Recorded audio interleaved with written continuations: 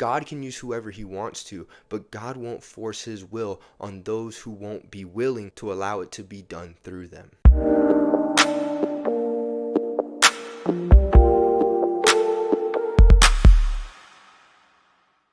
Hey everybody, welcome to episode 21. I hope that this episode finds you well. I hope that you are being blessed this week, and wherever you're listening today, whether it be on YouTube, Spotify, Apple Podcasts, Two Voice Radio, I hope that you are blessed and that you learned something today. I hope that you are just living the best life you can, learning as much as you can, and following God to the best of your ability. And in doing that, if you missed last week, I hope that you are making friends and making connections with people that can strengthen you, that can make you better. And if you missed it, we talked about why it's important that you do that. So go back, give it a listen if you haven't already, and I hope that it blesses you.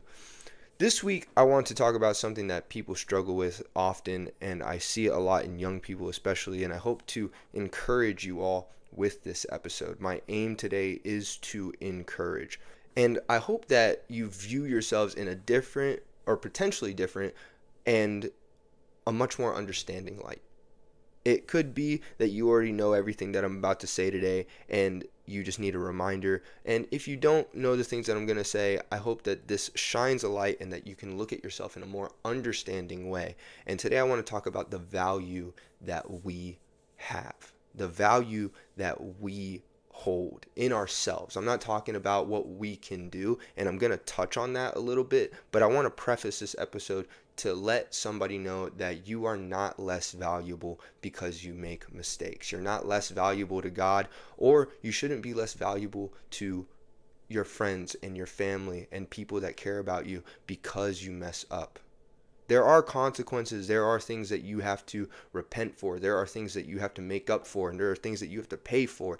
But you are no less valuable of a person to God or to anyone who loves you because you make a mistake, because you strayed away, because you did something wrong. You are loved by God, by his people, by people in your life that truly care for you. You are loved. And so do not believe any lies of the enemy that tell you I'm not worth the trouble, I'm not worth the commitment or the effort.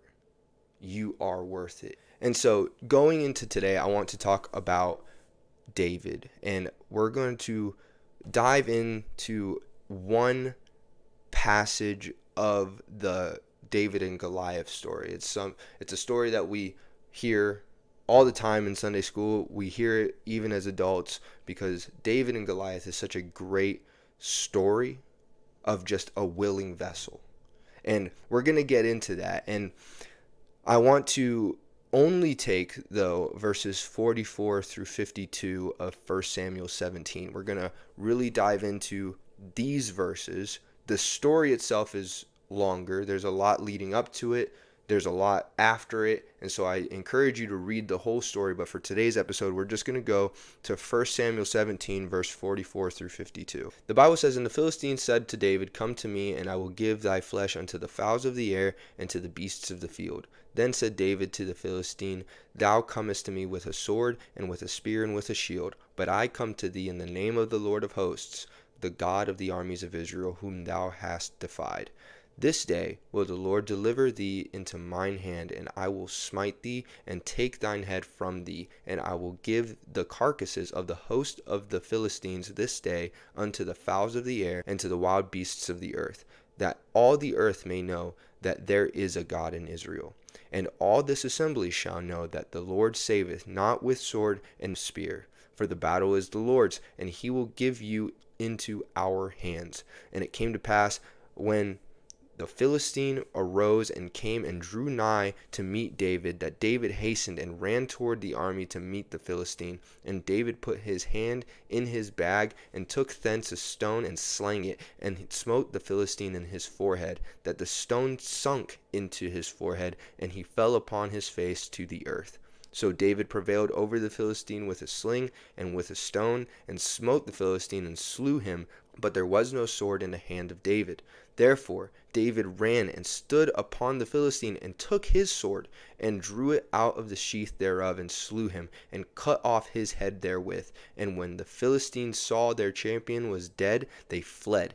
And the men of Israel and of Judah arose, and shouted, and pursued the Philistines until thou come to the valley and to the gates of Ekron. And the wounded of the Philistines fell down by the way to Shaaraim, even unto Gath, and unto Ekron. The first thing I want to point out is that David is a type and shadow of Christ. And before I go on, I want to say that I'm not the most educated in this subject when it comes to typology, I believe it's called. And I could be doing another episode on this later on when I do more research on the subject itself. But with my limited understanding, I want to make that point clear, that David is a type of Christ that we see in the Old Testament. And the best way and shortest way that I can explain that is that David is an Old Testament image of the New Testament Jesus Christ.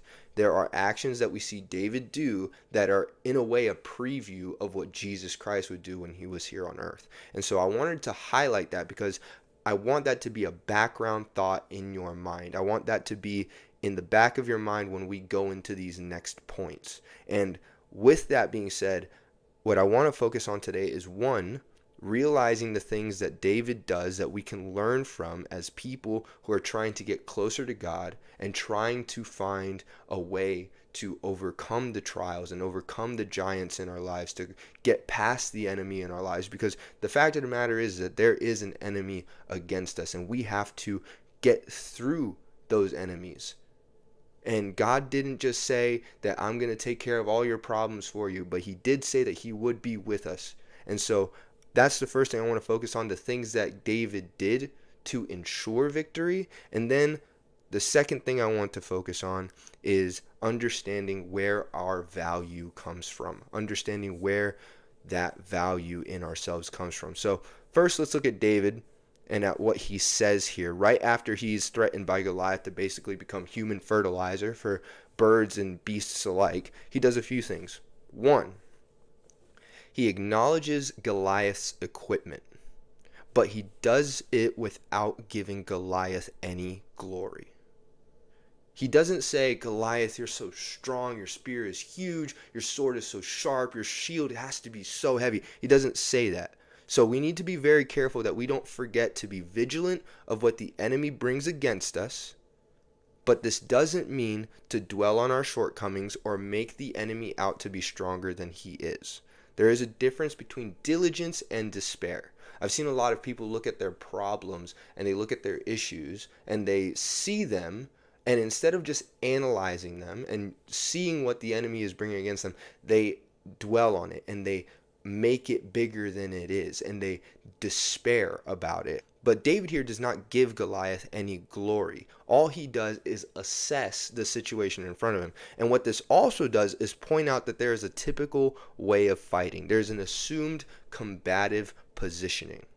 But when trusting God, what you may notice, and especially in this story, is that you may not always be in the assumed position. Because look at what he says next. He says, but I am come in the name of the Lord of hosts. What weapons do is enhance the strength that is already there. So by saying he is coming in the name, he isn't even claiming any strength of his own. So he's not saying that he has any skill, but he is saying that he is connected to a power greater than himself. And his positioning isn't based off of what he knows or what he's proven he can do or what he has, but rather his positioning is dictated by the one who sent him.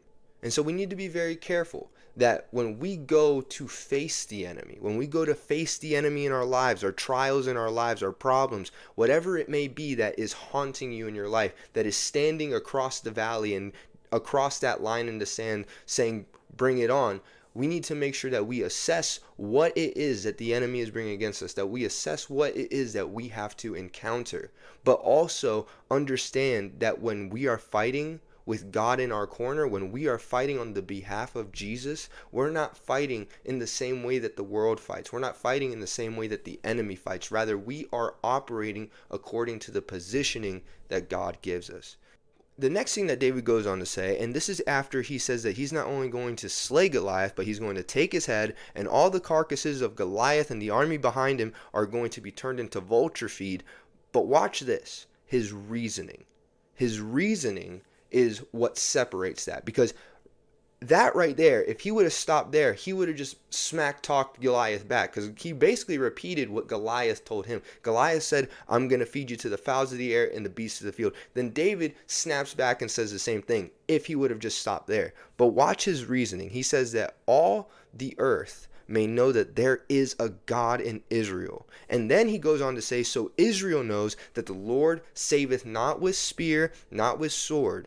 Why? Because the battle is the Lord's. And so the Lord dictates how we fight. The Lord dictates how we go into battle, because the battle's his, and we need to make sure that we're in alignment with what he wants us to do, not with what we know to do. And what you don't notice here is David leaving any room for his glory. David doesn't look to say, I'm going to make this a moment to make a name for myself. He doesn't want to make his name David, God's giant killer, which would be awesome. But what you do see is an understanding in David that says, this battle isn't about me. And the only way for me to get victory is for me to not worry about how it's going to be done or who's going to get the credit, which we all have trouble with. I can say for myself specifically that I have a really big problem with people who don't deserve credit getting credit. And it's been one of the hardest things for me to mature out of, because it's very important for us to understand that God isn't in it for you to get credit. You don't call God down into your situation so that you can go tell people how you got yourself out of the situation. And so David here is saying, this isn't about me getting the accolades, but this is about me allowing God to use me in whatever way he sees fit to use me. And later we see that after David defeats Goliath and after the battle is won there, all of the Israelite soldiers go out and take part of the victory that David secured for them, that David was instrumental in securing for them.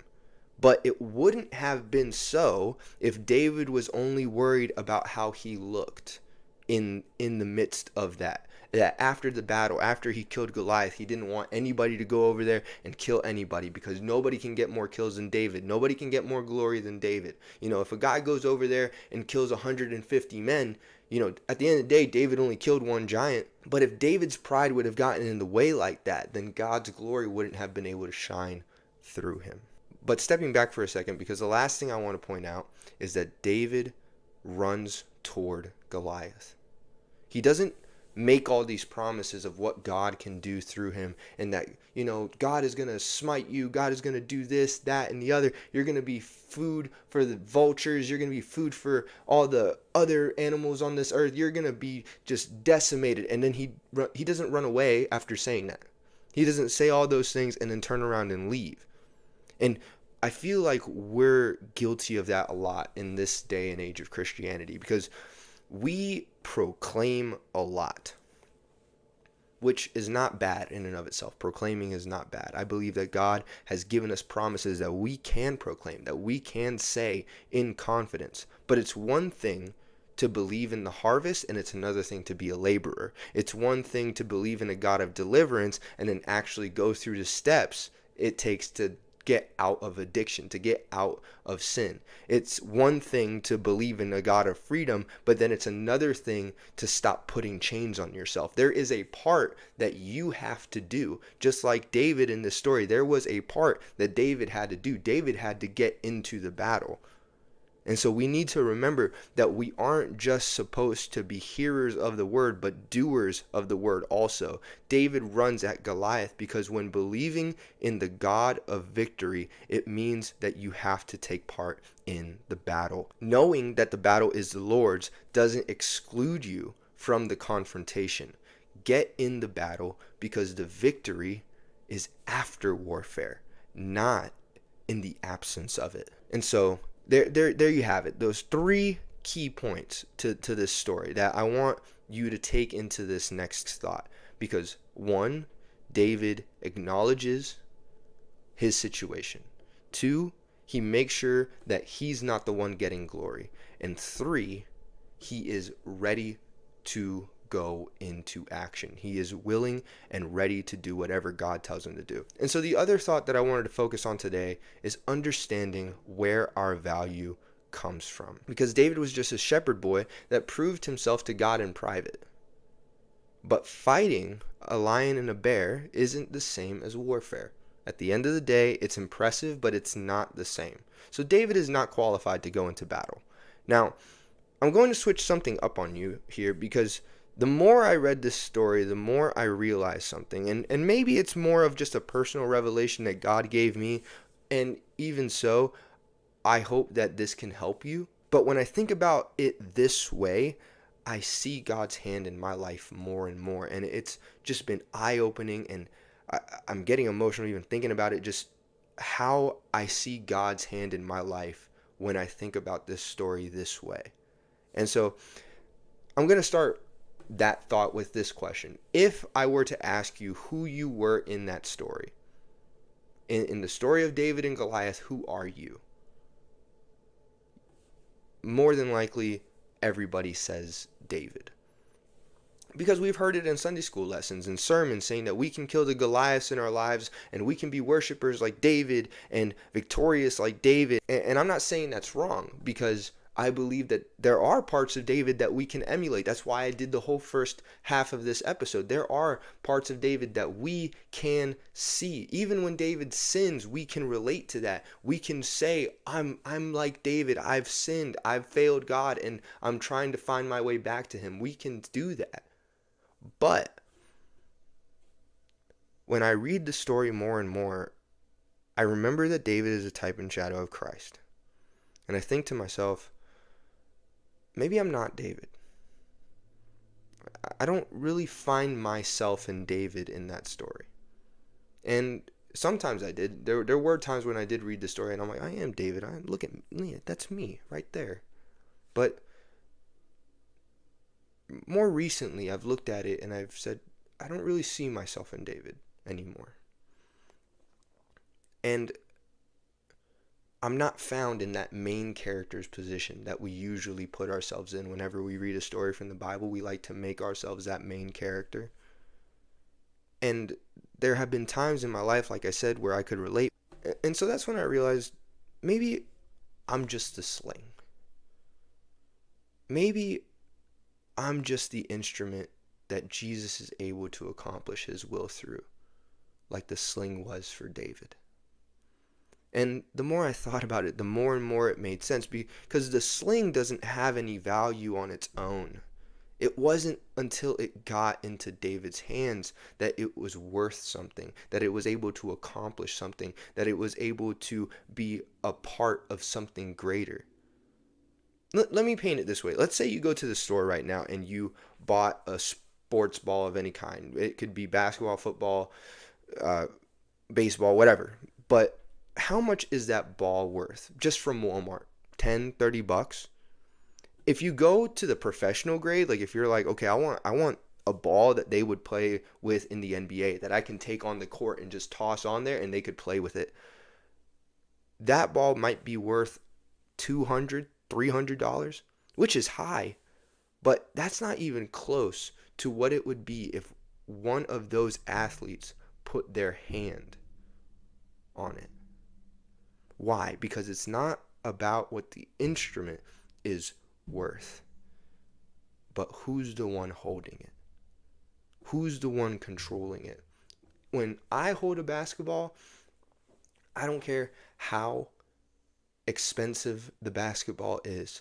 If I hold a basketball and then I hand it over to LeBron James, the basketball immediately increases in value. And so it's not about the tool. It's not about the instrument. It's not about the weapon. It's about who is holding it, who is controlling it, because it's not about us. And that's why Isaiah 64:8 says, "But now, O Lord, thou art our Father. We are the clay, and thou our potter, and we all are the work of thy hand. We are what you desire us to be, because there is no value in the clay without the potter. And when God puts his hands on us, what once had no value now has value. What once had no power, when he put his hands on us, now there's power. Not because it's what we are, but because of who is touching us. You have value, but beyond what you can imagine. But it's not because you are better than anyone else. Being a Christian doesn't make you better than anyone else. It doesn't make you more valuable than any other person. But the one who is better than all of us is the one who has value. And then we are honored to be in his hands. This also puts a responsibility on us when I think about it, that we need to hold ourselves to a certain degree of quality, because quality and value may not be the same, but a master potter won't just use any clay. An NBA player won't just use any basketball. God can use whoever he wants to, but God won't force his will on those who won't be willing to allow it to be done through them. So that's when we need to remember to be like David, aware and conscious of our enemy, willing to take on no glory and ready to move into action. But remember, it's not about us. And I know saying this makes it sound like I'm kind of painting a more sad light on our existence, but I'm not trying to do that. What I am trying to do is remind you that there is value in being connected to God. A light bulb does not do much and is not worth much until you can get it connected to power, until you can get it connected to electricity, and then it can light up a room. A lot of people say that they want God's will to be done, but then they don't do anything to see it come to pass. There is value in being the instrument of God, but it only comes when we allow him to use us. It only comes when we allow him to be in control. And then you'll see so many of your enemies vanquished. Then you'll see so many of your problems go away. Then you'll see so many victories in your life, because you are no longer trying to hold the reins of what happens. You're no longer trying to control what happens, but rather you're willing and able to let God be the one who gets the glory, to let God be the one who gets all the honor. And then God can truly show you what you're worth. And so with all that being said, I hope that you have been blessed by this episode. I hope that you are benefited, and I hope that you've learned something. You are valuable when you are connected to God. You are more and more valuable the more you allow him to use you. And so I hope that you have a good week. I hope that you are blessed throughout this week. I pray for your safety. Pray for whatever it is that you are trying to accomplish. Thank you so much for watching. Thank you so much for listening. I'll see you guys next week. God bless you, and Godspeed.